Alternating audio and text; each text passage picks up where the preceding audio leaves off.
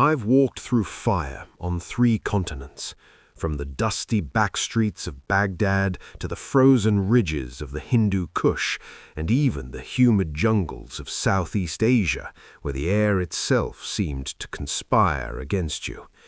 I've led men into the jaws of hell and brought most of them back, but never in my 20-plus years with the regiment, the SAS, have I had to sit down and put words to something like this. It's not in our nature. We don't confess, we don't explain, we execute and we move on. Failure? That's for others, for the unprepared, the unlucky, or the weak. Yet here I am, staring at a blank screen, forcing my fingers to type out what feels like a betrayal of everything I've stood for. You see, the SAS isn't built on admissions of defeat. We're the ghosts in the machine of the old empire, silent, efficient, unbreakable. Our motto, "Who dares wins," isn't just words, it's a creed etched into our bones. We train in the shadows, operate without fanfare, and vanish before the dust settles. Admitting a loss? That's not just rare, it's almost sacrilegious. But this wasn't a public drubbing. No headlines screamed about it in the Times or on CNN. No medals were handed out to the victors. No inquiries launched into our shortcomings. It was just a joint exercise, buried deep in some classified report that gathering dust in a drawer at Hereford or Coronado. A simulated op meant to sharpen edges and foster that so-called interoperability between allies. But what happened in those 10 minutes? It lingers like a bad wound that won't heal. 10 minutes. That's all it took. Not hours of grueling attrition, not days of strategic maneuvering, just 600 seconds to shatter a confidence built over decades. I remember standing there afterward, the sweat cooling on my skin, the weight of my gear suddenly feeling heavier than it ever had. The air was thick with unspoken truths, and for the first time I felt that quiet dread, the kind that creeps in when you realize your edge might not be as sharp as you thought. From the SEAL team leader's side, let's call him Captain Reyes, though names don't matter here, he probably saw it differently. In his after-action review, scribbled in that straightforward American style, he might have noted it as just another drill where adaptability trumped rigidity. We pivoted when the script flipped, he'd say, his voice steady, eyes already scanning for the next challenge. Reyes wasn't gloating, that's not their way either, but in those moments, as his team regrouped with that effortless intensity, I could sense the shift. They weren't surprised by the chaos, they thrived in it. And the neutral observers, those grizzled instructors from the Joint Coalition training cadre, men who'd seen it all from both sides of the Atlantic, they just nodded, jotting notes on their clipboards. One of them, a former Delta guy with a scar running down his cheek, muttered something like, "That's the game now, speed over perfection." No judgment, just observation. They knew what we all did. This wasn't about national pride or who had the better kit. It was a mirror held up to our doctrines, and what it reflected back wasn't flattering for us. So, here's the big question hanging in the air, the one that's kept me up at night. What could possibly make the SAS, the force that's not allowed to make mistakes, go silent? What force of nature, what twist of tactics could humble us in such a short span? Stick around, and I'll lay it out, piece by painful piece, because sometimes the hardest battles are the ones you fight with your own ego. I've always thought of the SAS as the quiet pride of an empire that no longer exists in name, but still lingers in instinct. We don't talk much. We don't need to. Our reputation does the talking for us, whispered in briefing rooms from London to Langley, respected in places where respect is hard currency. We wear no flashy insignia in the field, no unit patches screaming identity, just a sand-colored beret tucked away until the job's done. We move like we belong in the shadows, deliberate, economical, lethal when required. There's an old line drilled into every trooper during selection: time spent in reconnaissance is seldom wasted. That single sentence captures everything about us: patience, precision, control. We believe that if you plan deeply enough, train relentlessly enough, and execute without ego, victory is almost a formality. Our culture rewards silence over bravado. You won't catch an SAS operator posting helmet cam footage online or giving interviews about that one time in Helmand. We don't keep kill counts, don't chase glory. The job is the job. When it's over, you debrief, you learn, you vanish. That restraint breeds a certain kind of confidence, the kind that doesn't need external validation. We trust our process because it has worked everywhere, from the Malaysian jungles in the 1950s to the house-to-house fighting in Basra. We trust it because men far better than us built it, tested it, bled for it. In our world, perfection isn't an aspiration, it's the minimum standard. Across the Atlantic, the US Navy SEALs represent something entirely different: the raw, adaptive energy of a superpower that grew up in chaos rather than order.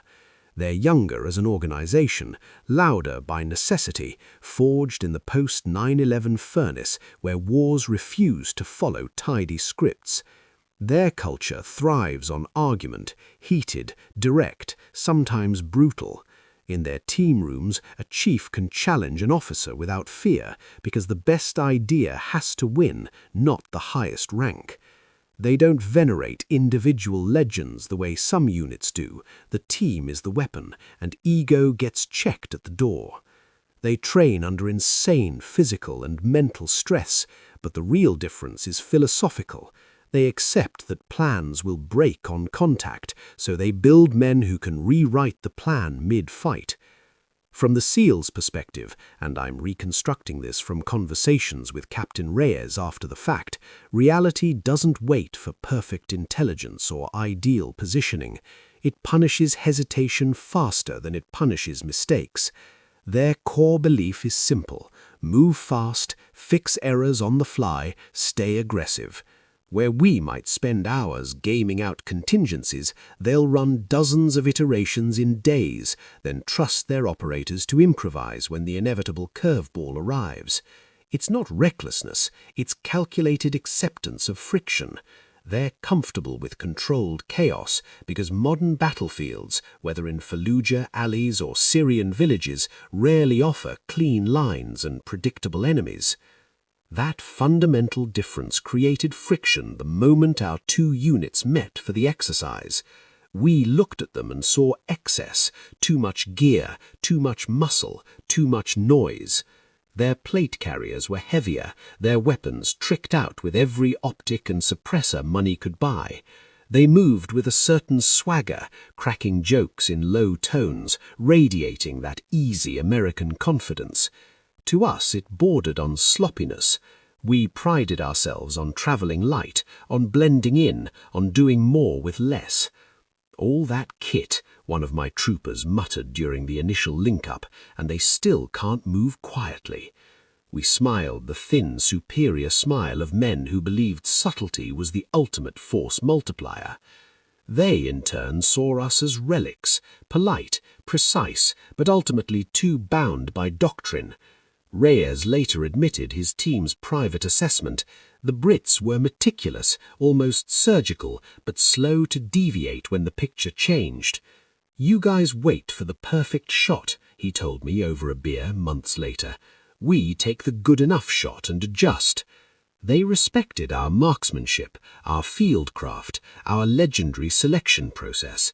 But they also thought we were prisoners of our own excellence, afraid to improvise because improvisation felt like failure. Neither side voiced these judgments openly, of course. Professional courtesy held. Handshakes were firm, briefings were thorough, joint rehearsals were polite. But beneath the surface, the clash was already brewing. Tradition versus adaptation, control versus aggression, the old empire's ghosts against the new world's pragmatists.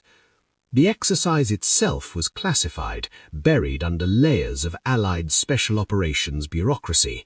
No flags, no spectators beyond a handful of neutral observers. Just two of the world's premier units dropped into a simulated high-threat environment tasked with the same objective, winner determined by who achieved it faster, cleaner, with fewer simulated casualties. On paper, it should have been close. In reality, the gap in mindset was about to be exposed in the harshest way possible. From the neutral observers table, those hard-eyed instructors who'd rotated through both Hereford and Coronado, one American exchange officer scribbled a note before the clock even started: "Cultural mismatch incoming. The Brits will try to outthink the problem. The SEALs will outrun it." He wasn't wrong.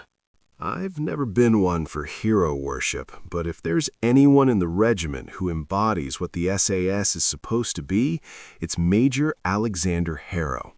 Though for this telling, we'll just call him Harrow. 18 years in uniform, 15 of them wearing the winged dagger. He joined straight out of Sandhurst, aced selection on his first go, something only about 1 in 20 manage, and then quietly racked up operational tours that most of us only whisper about. The Balkans in the 90s, Sierra Leone, both Iraq wars, Afghanistan more times than he can count on both hands. He's been in more contact than most infantry battalions see in a decade. He's the kind of officer who doesn't raise his voice, doesn't need to.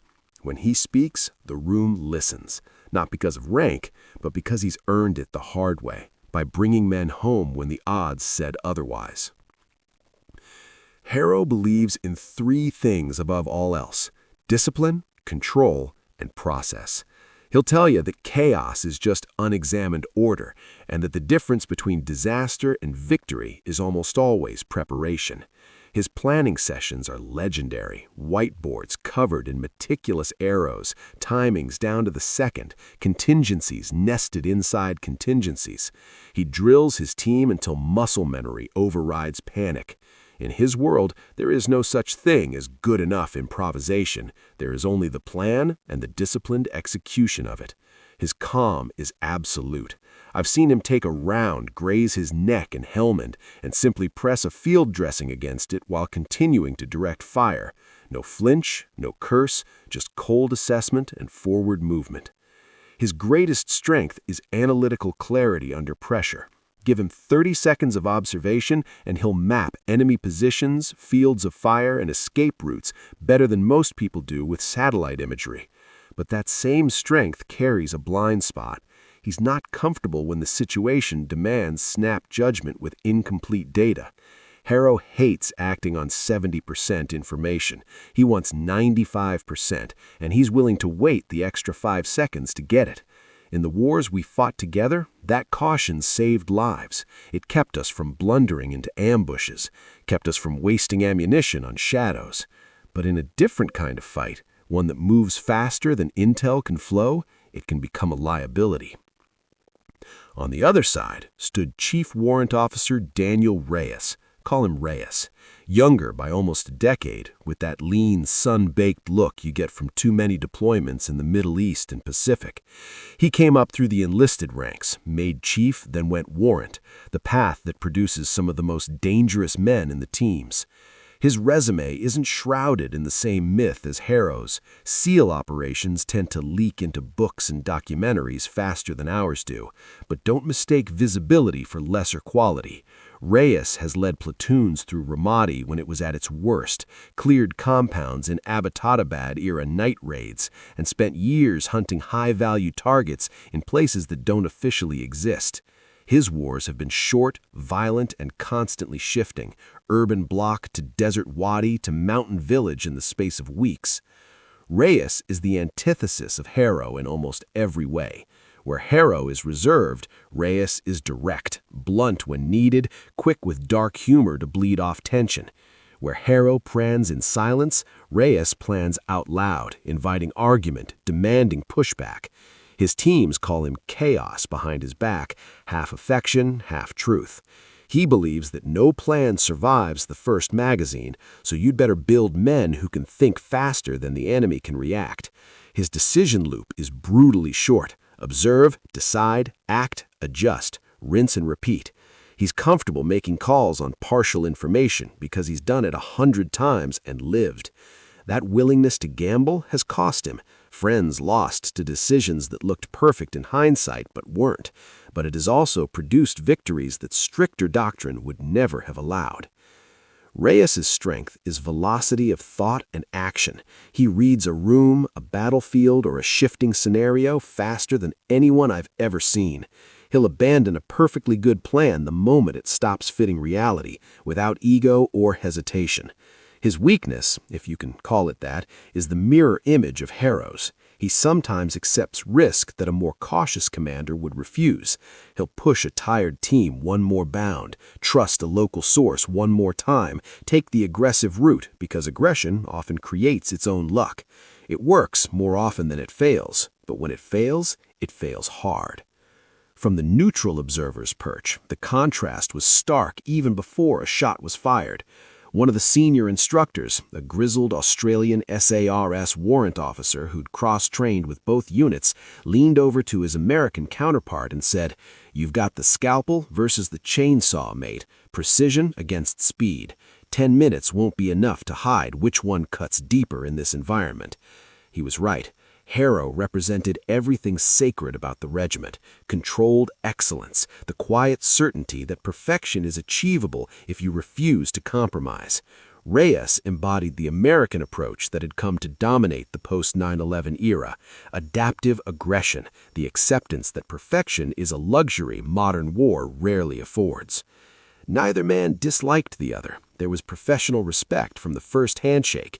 Harrow admired Reyes's combat record, Reyes respected the SAS legacy and Harrow's obvious competence, but deep down, each believed his philosophy was superior. Harrow thought Reyes's teams took unnecessary risks out of impatience. Reyes thought Harrow's team overthought problems that needed immediate action. In the days leading up to the exercise, you could feel the quiet tension building. Not hostility, both units are too professional for that, but a competitive edge sharper than any knife.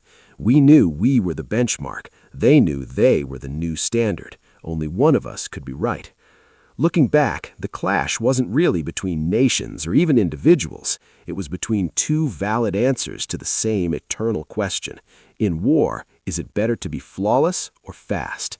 Harrow and Reyes were living embodiments of those answers, and in 10 short minutes, one of them was about to be proven, temporarily, painfully, wrong. The build-up to the exercise felt like the calm before a desert storm, dry, heavy, and charged with something you couldn't quite name. We were on a restricted range complex somewhere in the American Southwest, far from prying eyes. The terrain was unforgiving.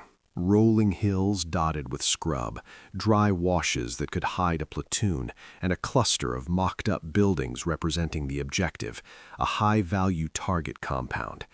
Opposing force, OPFOR, was played by a rotating cadre of instructors wearing red armbands and armed with simunition rounds that stung like hell and left welts for days.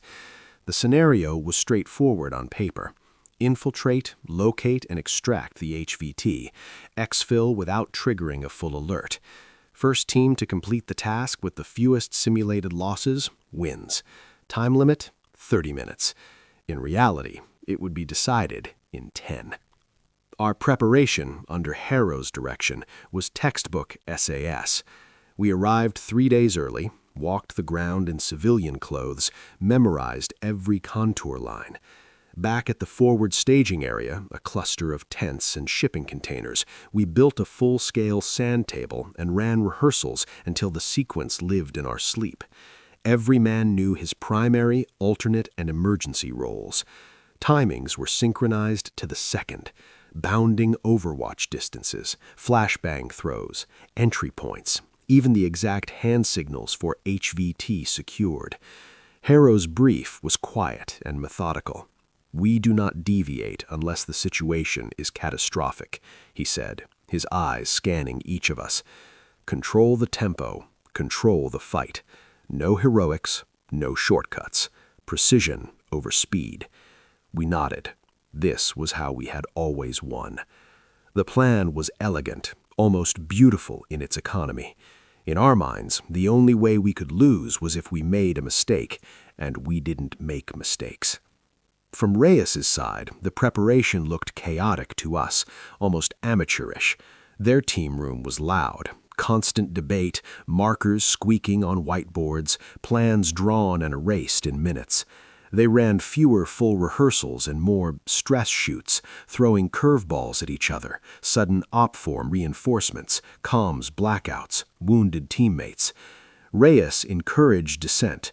A young petty officer would challenge a decision. Reyes would listen, sometimes change course on the spot.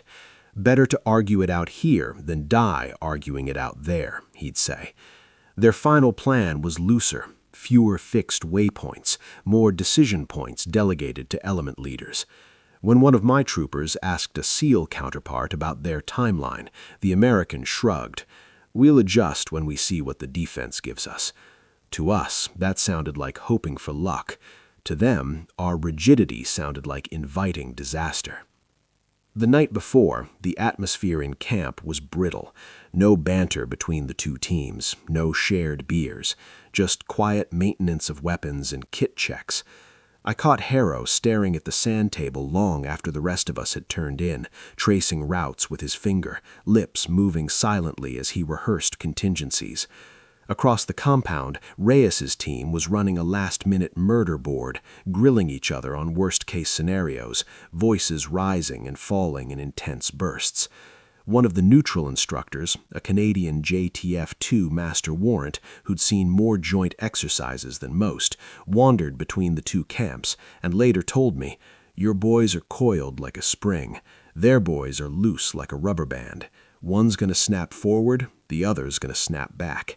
Question is, which one breaks first?" Dawn on the day of the run was cold and clear. We kitted up in silence. Cry precision uniforms faded from real use. L119A2 rifles with suppressors, minimal plates because speed mattered more than heavy armor in this scenario. Harrow gave the final nod. No speech needed. We loaded into helicopters for insertion several clicks out. As the Black Hawk lifted off, I glanced at my teammates. Faces calm, eyes focused. We were ready. We were certain. The SEALs inserted from a different direction, their MV-22 Ospreys kicking up dust clouds visible even from our LZ. Reyes's voice came over the joint command net just once before radio silence. "See you on the objective." No bravado, just fact. At the start line, both teams staged separately but within sight of the observer tower. The head instructor, a no-nonsense U.S. Army Special Forces colonel with rows of tabs and a voice like gravel, briefed us one last time. "This is force on force. Sims hurt. Stay honest. No appeals." Then he looked at his watch. "Clock starts on the first movement. Good hunting." The air felt thick, like the moment before a thunderstorm breaks. No one joked. No one needed to. We all understood what was at stake. This wasn't about bragging rights or national pride on the surface, but deeper down, it was exactly that. For us, it was validation of everything the regiment stood for, that quiet professionalism, that refusal to compromise on standards still mattered in a world that seemed to reward speed and volume over substance. For them, it was proof that the new way, the adaptive, decentralized, high-tempo way, was the future. Harrow adjusted his headset one last time and gave the hand signal. Thumbs up. Reyes, 50 meters away, did the same, a quick fist bump with his point man. The colonel raised a green chem light, cracked it, and tossed it onto the ground. Game on. From the tower, the Canadian instructor leaned into his binoculars and muttered to his American partner, 10 minutes, mark. Neither of us knew it yet, but those 10 minutes were about to rewrite everything we thought we knew about winning. The green chem light hit the dirt, and we moved. Minutes 0 to 2, SAS in perfect control. Harrow's hand signal was crisp, 2 fingers forward, and we flowed out of the start line like water, bounding Overwatch exactly as rehearsed. First element low crawling through the scrub, while the second covered, then leapfrogging. No wasted motion, no sound except the faint crunch of boots on gravel and the soft click of safeties. I was on point with the lead pair, scanning through my SUSAT sight. The compound was still 2 clicks out, but we already owned the ground. 30 seconds in, we hit our first decision point, a dry wash that could conceal OPFOR. Harrow's voice, calm in my earpiece. Hold. Eyes on. We froze. I glassed the far bank. Nothing. Clear, he said. Advance. We covered the first 800 meters in textbook time.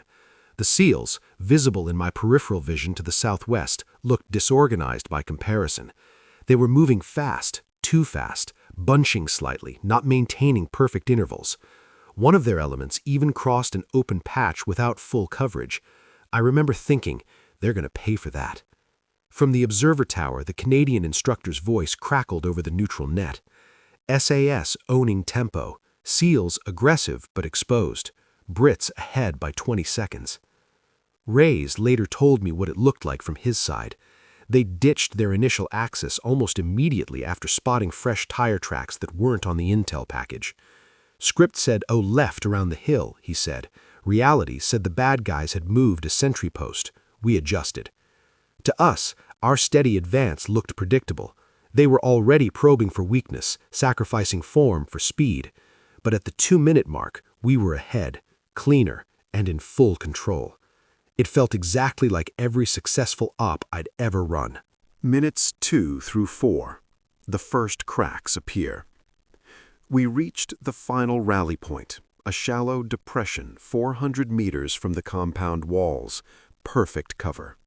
Harrow set security while the assault team prepped breaching charges and the sniper pair climbed a low knoll for overwatch. Everything synchronized. I checked my watch. 2 minutes, 47 seconds from the start. We were golden. Then the scenario threw its first curveball. The intel brief said 2 roaming guards on the east side. Reality delivered 4, and they just changed patrol patterns, moving faster, overlapping sectors.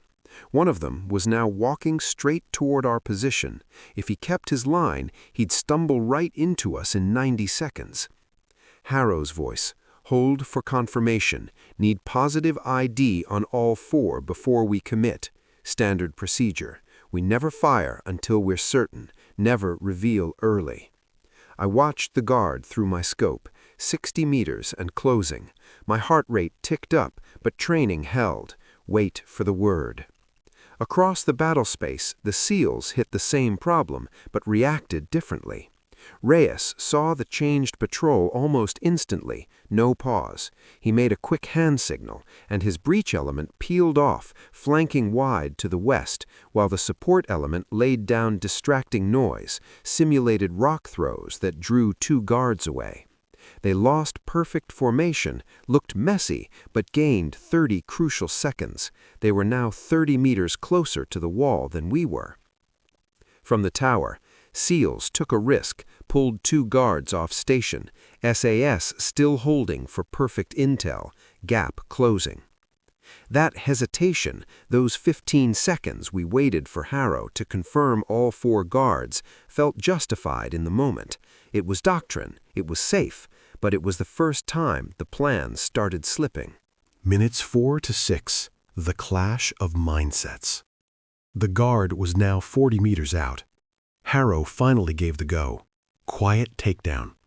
I put 2 sim rounds center mass. The instructor playing the guard yelled hit and lay down. Clean, professional. But the noise alerted the others. Suddenly, the east side was alive. Shouts, running feet. The perfect silent approach was gone. Harrow adapted smoothly, or so we thought. Shift to plan Bravo. Assault team, bound to the wall. Sniper, suppress east corner. We moved fast, still controlled, but the window had narrowed. The SEALs, meanwhile, were already at the wall. Reyes had made the call at 70% information. 3 guards accounted for, 4th probably inside. Good enough. They didn't wait. One frogman slapped a flexible charge on the wall while another covered with a grenade sump ready. Boom, controlled breach. Dust hadn't even settled before 2 operators were through the hole. I remember the exact moment the shift hit me. We were still 150 meters out, moving in textbook bounds, when I heard the muffled thud of their breach. My stomach dropped. Not fear, disbelief.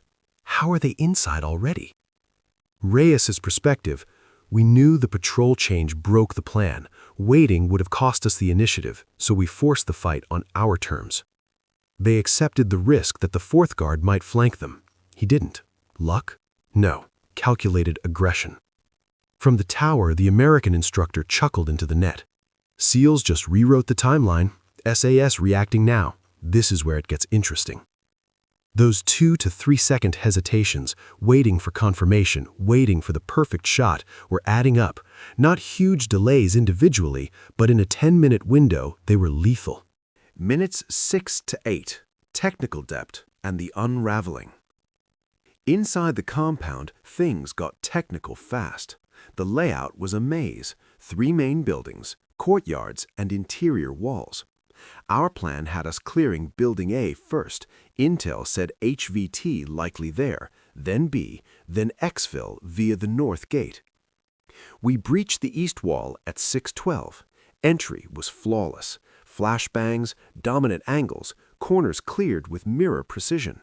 But the HVT wasn't in Building A. Empty. Harrow's voice stayed calm. Adjust, Building B, same sequence.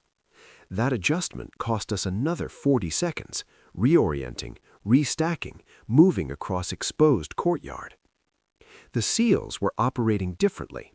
No fixed sequence. Reyes had decentralized. Find the package, clear as you go. Short, sharp radio calls. Room left, clear. 2 tangos down, moving up. HVT sighted, 2nd floor, Building C. They were redistributing roles on the fly. One operator who was supposed to be on rear security saw an open path and pushed forward to cover a stairwell. Another swapped from breacher to assaulter when the first guy took a sim round to the leg plate. Their communication was terse, almost casual. On me, got eyes, push. Ours was more formal. Assault team, acknowledge move to Building B. Both worked, but theirs was faster in chaos. We hit Building B at 7:05, cleared it room by room, still no HVT. By now, OPFOR was fully alerted and converging. Sims started cracking overhead. One of my teammates took a round to the arm, out of the fight. Harrow redirected flawlessly, but we were bleeding time. The SEALs found the HVT at 7:28 in Building C, a room we hadn't even reached. Reyes himself grabbed the role player, zip-tied him, and started exfil. They'd restructured their entire stack twice, once when they lost a man to simfire, again when they realized the north gate was blocked and switched to south. From the tower, SEALs have the package, SAS still searching Building B, this one's slipping away. Minutes 8 through 10, the unexpected climax. It wasn't firepower that decided it, wasn't physical fitness. Both teams were spent, lungs burning, sweat stinging eyes. It was something subtler, the ability to restructure amid failure. At 8:15, we located the HVT in Building C, exactly where the SEALs had been 90 seconds earlier. Harrow's voice finally showed strain. Package acquired. Exfil south. Move. We pushed hard, dragging the role player, covering arcs. But OPFOR had sealed the south gate, responding to the SEALs' breach. We were forced into a fighting withdrawal. Disciplined, deadly, but slow. The SEALs hit resistance at the south gate too, but Reyes did something we never would have. He created deliberate chaos. One element laid down suppressive fire, while another looped back, climbed a secondary wall, and opened the gate from the inside. Total deviation from any plan. Took 20 seconds. They were out. We fought to the gate at 9:52, blew it open with a charge, dragged the HVT through at 10:03, just as the exercise clock hit 10 minutes and the ceasefire was called. From the tower, the colonel's voice was flat. Exercise terminated. SEAL team extracted HVT at 8:47, SAS at 10:03. Clear winner, SEALs. Reyes' team was already regrouping outside the wire, checking weapons down. No celebration, just quiet satisfaction. We emerged seconds later, breathing hard, faces grim. In those final 2 minutes, the truth crystallized.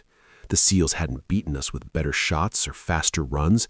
They'd beaten us by embracing disorder and bending it to their will. They turned mistakes into opportunities. When their plan broke, they didn't pause to rebuild it. They built a new one while running. We had played an old game perfectly. They had played a new game chaotically, but effectively. Reyes walked over later, offered a handshake. Hell of a fight. No gloat. Harrow took it, nodded. Indeed. From the observer tower, the Australian warrant officer summed it up best. SAS executed the plan to perfection. SEALs abandoned the plan and won anyway. That's the lesson right there. In 10 minutes, everything I thought I knew about winning got turned upside down.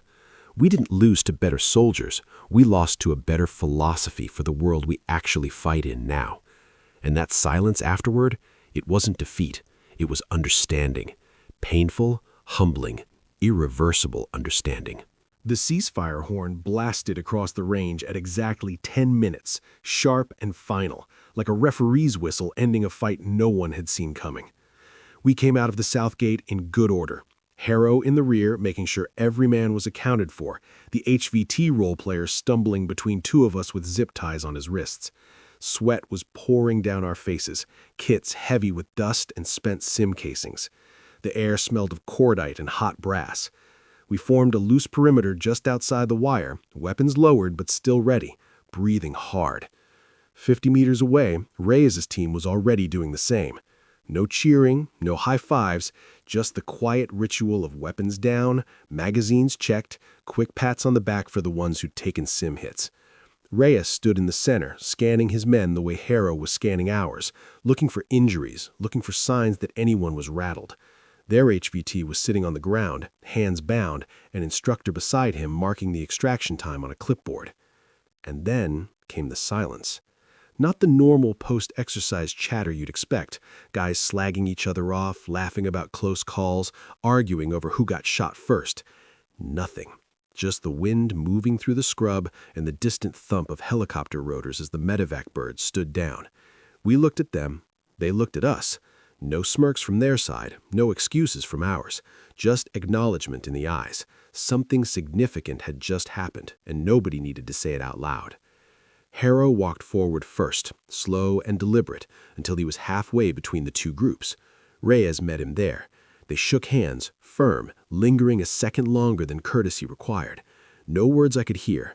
Then Reyes nodded once, turned, and walked back to his team. Harrow did the same. One of the neutral observers, the Australian SASR warrant officer, climbed down from the tower and approached both teams together. He didn't announce the result, we already knew. Instead, he said simply, "Good work, both of you. Debrief in 30 mics." Then he, too, walked away. That half-hour wait before the hot wash-up was the longest of my career. We sat in a loose circle, stripping kits, drinking water, nobody meeting anyone else's eyes for long. The usual post-op banter was gone. No one said we nearly had them, or bad intel screwed us, or even they got lucky. We all knew it hadn't been luck. The intel package had been identical for both teams. The OPFOR had reacted the same way to both breaches. The difference hadn't been external. It had been us, our refusal to break the plan when the plan stopped fitting reality. I watched Harrow. For the first time in all the years I'd served under him, he looked diminished. Not broken, Harrow doesn't break, but quietly stunned, like a man who just realized the ground beneath him wasn't as solid as he'd believed.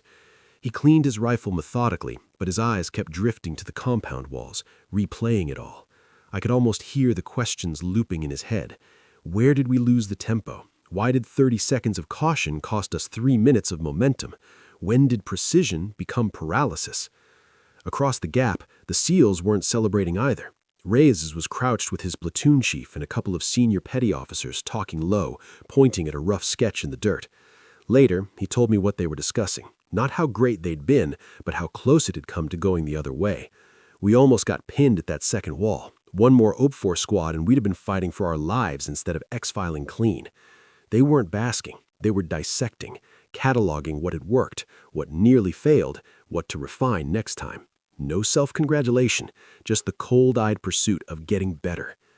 From the neutral cadre's perspective, the silence was the most telling part. The Canadian JTF-2 instructor later wrote in his after-action notes, neither team displayed poor sportsmanship. No gloating from winners, no defensiveness from losers. Both absorbed the result with professionalism. But the body language was clear. The SAS took it as a doctrinal shock. The SEALs took it as validation they're still willing to question. When the debrief finally started, it was short and brutally honest. The colonel running the exercise laid out the timelines on a projector. SEAL extraction at 8:47, Harrow at 10:03. He highlighted key decision points, our hesitation on the patrol change, their immediate flank, our sequential building clear, their decentralized search, our disciplined exfil, their improvised gate opening. Then he opened the floor. Harrow spoke first. No excuses. We executed our plan flawlessly, he said, voice steady, but the plan didn't survive contact as well as theirs did. We'll take that on board. Nothing more. No elaboration, no blame shifted to Intel or OP4, just ownership. Reyes followed. We got aggressive early, and it paid off, but we also got away with a couple of risks that could have burned us. Luck played a part. Next time, we tighten it up. Again, no chest thumping. The observers nodded. Lesson delivered, lesson received. That night, back at the staging area, the two teams shared the same mess tent for the first time. Still quiet, but the ice had cracked a little. A few quiet conversations started. Gear talk at first, then war stories traded without bravado. One of Reyes's operators asked one of ours about the Brecon beacons in winter. One of ours asked about Bud's Hell Week. Respectful curiosity, nothing more. Harrow and Reyes ended up at the same table, nursing coffees. I was close enough to hear snippets. Harrow asked point blank, "When did you decide to ditch the axis of advance?" Reyes answered straight, "The second I saw those tracks. Waiting would have cost more than risking it." Harrow nodded slowly. We waited, and it cost us. No bitterness in his voice, just fact. Later, when most had turned in, I found Harrow outside staring at the stars. I didn't say anything at first. Finally, he spoke, almost to himself. "We didn't lose because they were better soldiers. We lost because we were playing chess while they were playing rugby. Same pitch, different rules." The silence that followed those 10 minutes wasn't anger or shame. It was the sound of a deeply held belief cracking, just enough to let new light in. Painful, yes, but necessary.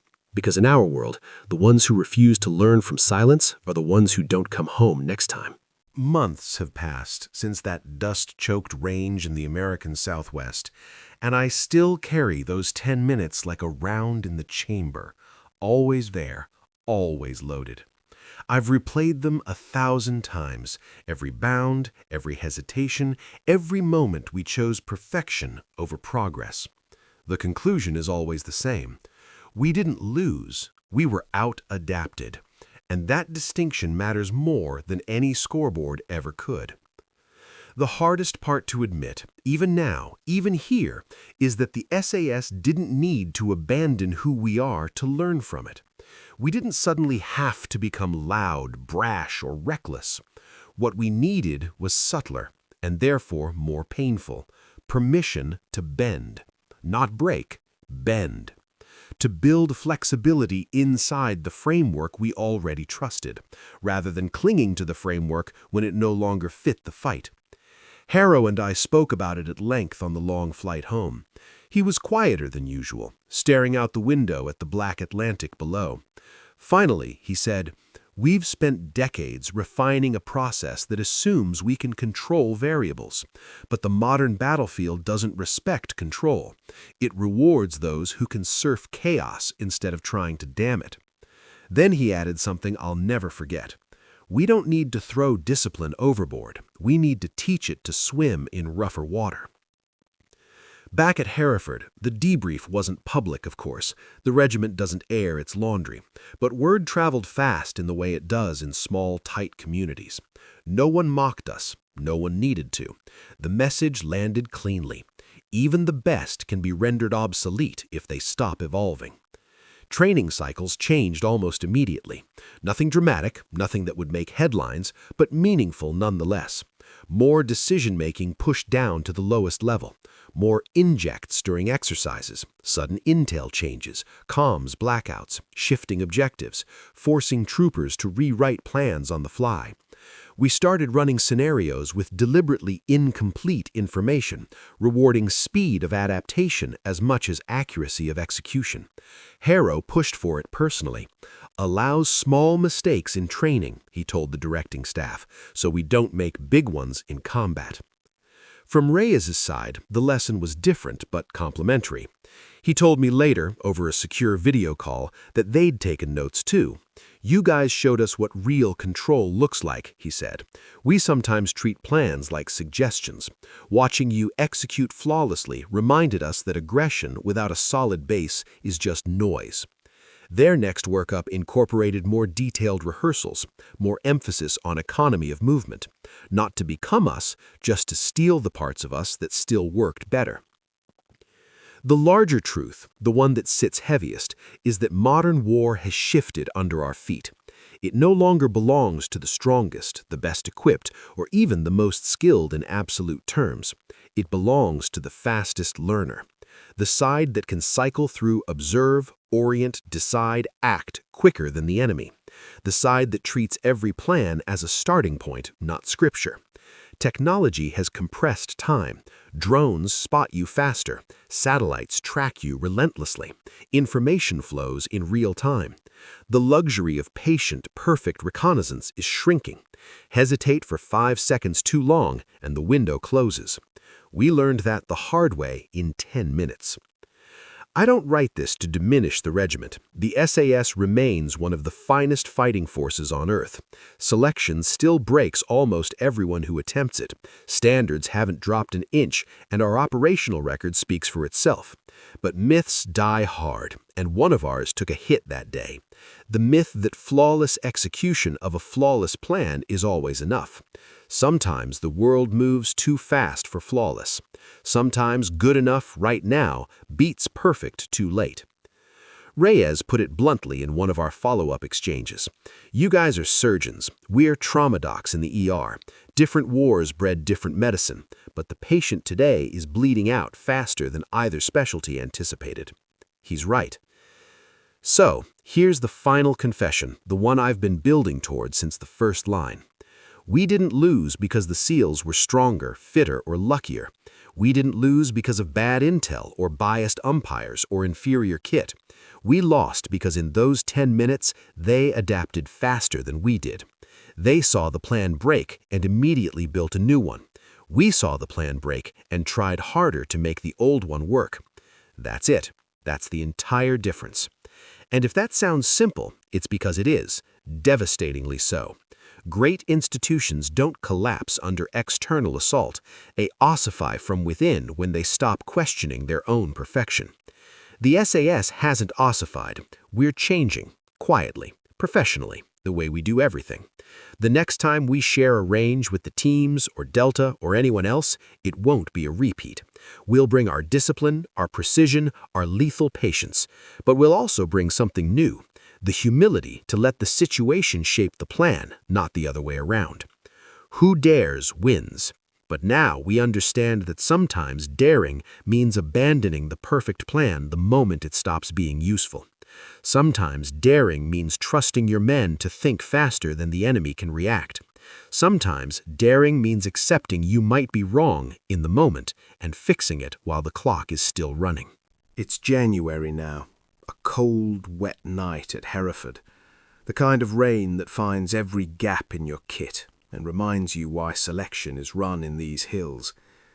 I'm sitting in the crew room after a late range session, nursing a brew, watching new troopers, fresh from the latest cycle, cleaning weapons with that quiet intensity only the newly badged seem to have.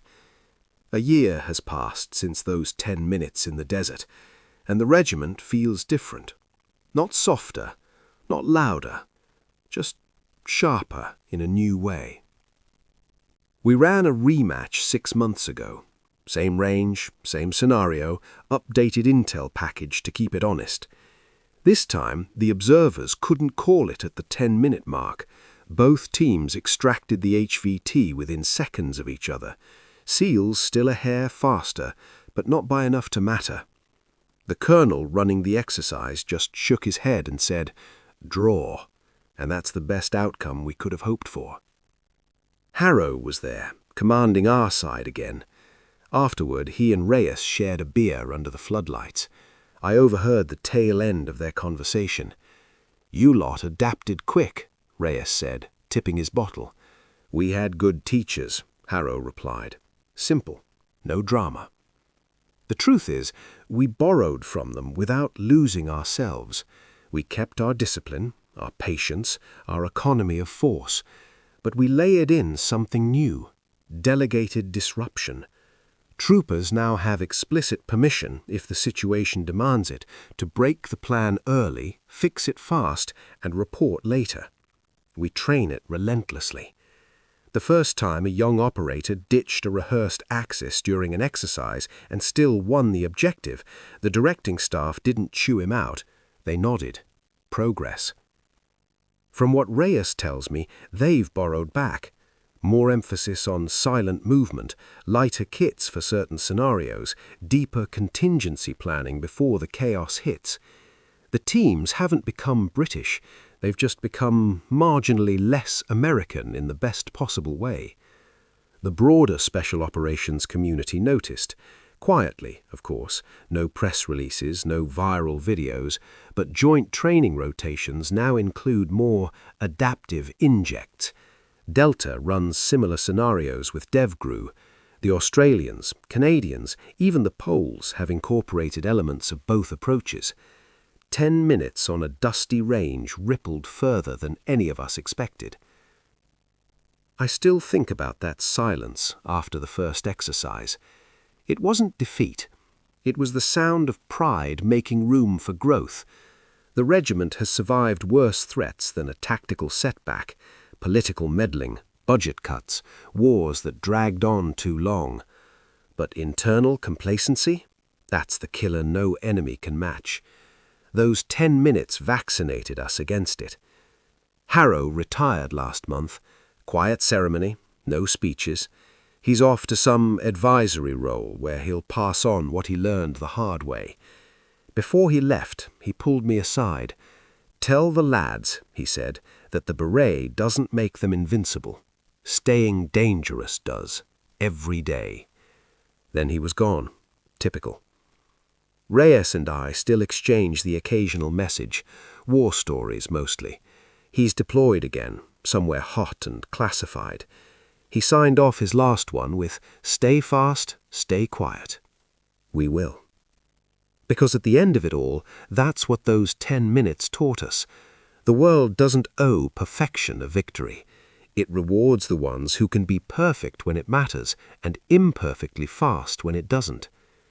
The SAS is still the regiment, silent when we need to be, lethal when we have to be. But now we understand that silence isn't just about not talking. Sometimes it's about listening to the fight as it actually is, not as we planned it to be. Who dares, wins. And now we dare a little differently. That's the final truth of this confession. Not that we lost, but that we learned. And in our line of work, that's the only victory that truly matters. Those 10 minutes didn't break us. They woke us up. And for that, quietly, without fanfare or public credit, we owe Reyes and his team a debt we can never fully repay. This confession ends here, not with bitterness, but with clarity. The world changed. We're changing with it. That's all any of us can do.